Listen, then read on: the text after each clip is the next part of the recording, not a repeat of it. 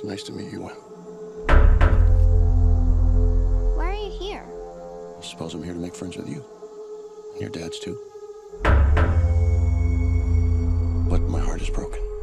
Why is it broken? Because of what I have to do today.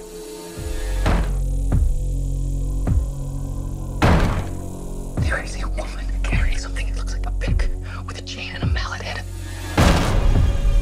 You see, the four of us have a very important job to do.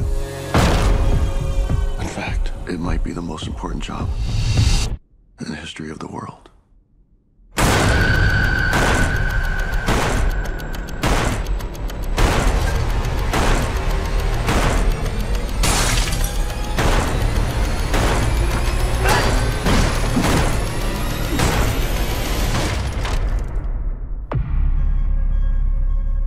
We were called and are united by a common vision, which has now become a command that we cannot ignore. The four of us are here to prevent the apocalypse. Your family has been chosen to make a horrible decision. If you fail to choose, the world will end.